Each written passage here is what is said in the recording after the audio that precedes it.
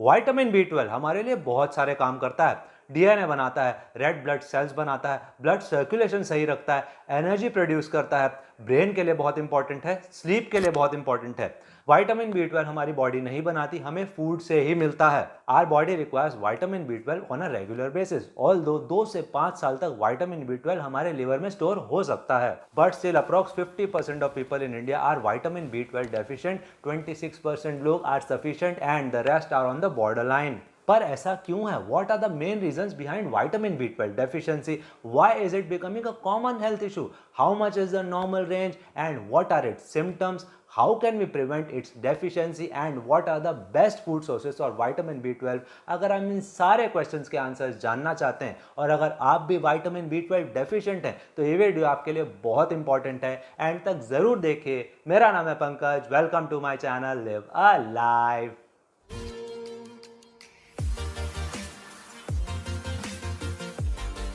Reasons for vitamin B 12 deficiency. Diet. कई लोगों को विटामिन बी 12 डेफिशिएंसी डेवलप होती है क्योंकि उनको सही क्वांटिटी में फूड के थ्रू विटामिन बी 12 नहीं मिलता। Generally people who are vegan और vegetarian face this issue of B 12 deficiency. The best option for vegan or vegetarian people is to eat vitamin B 12 fortified food. Video में बने रहिए। I will give you exclusive information about best food sources for vitamin B 12. Conditions affecting the stomach related surgery से vitamin B 12 का absorption नहीं हो पाता because intrinsic factor का production और हाइड्रोक्लोरिक एसिड का प्रोडक्शन हैम्पर होता है। ये दोनों स्टमक को हेल्प करते हैं to absorb vitamin B 12।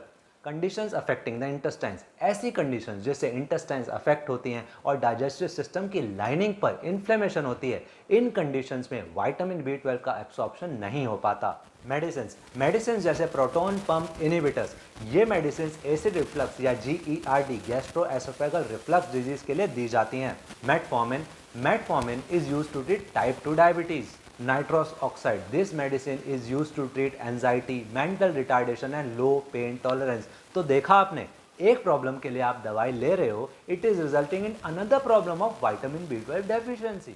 Vitamin D deficiency. Vitamin D help करती है बॉडी को टू एब्जॉर्ब अदर विटामिन। अगर आपको विटामिन डी डेफिशिएंसी है तो आपको विटामिन बी 12 डेफिशिएंसी होने की प्रोबेबिलिटी बहुत बढ़ जाती है। पर्नीशियस एनीमिया, ये सबसे कॉमन रीज़न है जिससे विटामिन बी 12 डेफिशिएंसी होती है। ये एक ऑटो इम्यून डिजीज़ है जिससे स्टमक अफेक्ट होता है। ऑटो इम्यून डिजीज़ मतलब हमारा इम्यून सिस्टम ही हमारे हेल्दी सेल्स को अटैक करता है। पर्नीशियस एनीमिया में इम्यून सिस्टम उन सेल्स को अटैक करता है जो इंट्रिंसिक फैक्टर प्रोड्यूस करते हैं, जिसकी वजह से विटामिन बी 12 एब्जॉर्ब नहीं हो पाता। What is the normal range of vitamin B 12? The normal range of vitamin B 12 is 200 picograms per milliliter to 900 picograms per milliliter.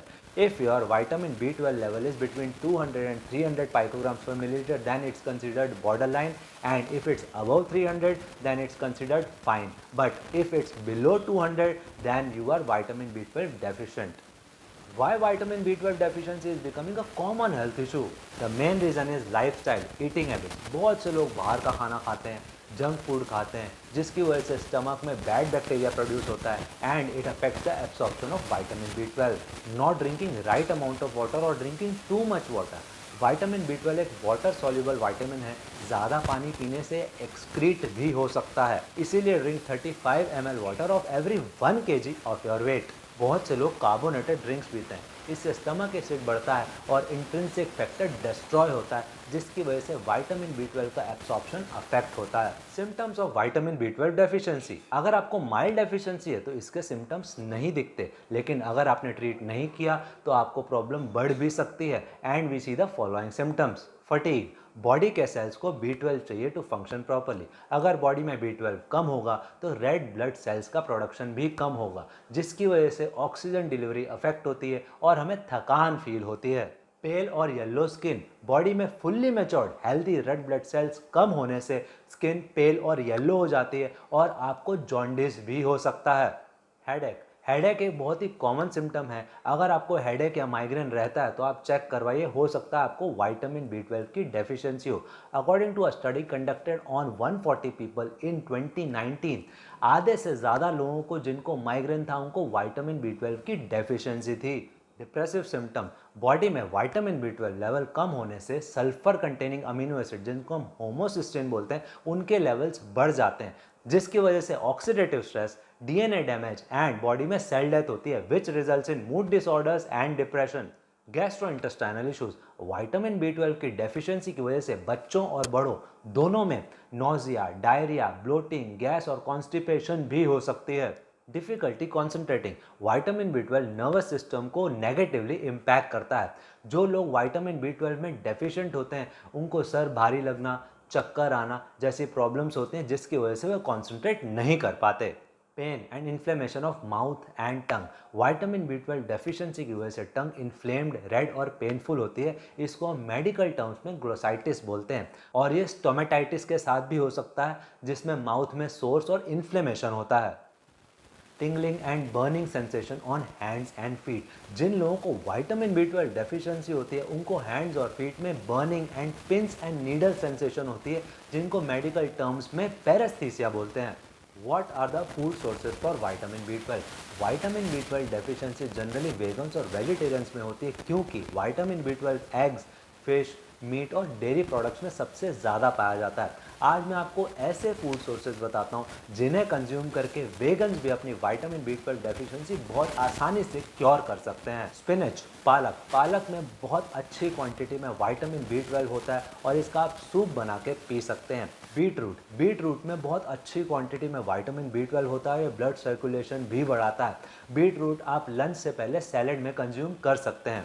Soybean, soybean vitamin B12 fibre और protein से भरपूर होता है, ये stomach से बैड बैक्टीरिया को बाहर निकालता है। Mushrooms, it is a good source of vitamin B12, iron, calcium and protein.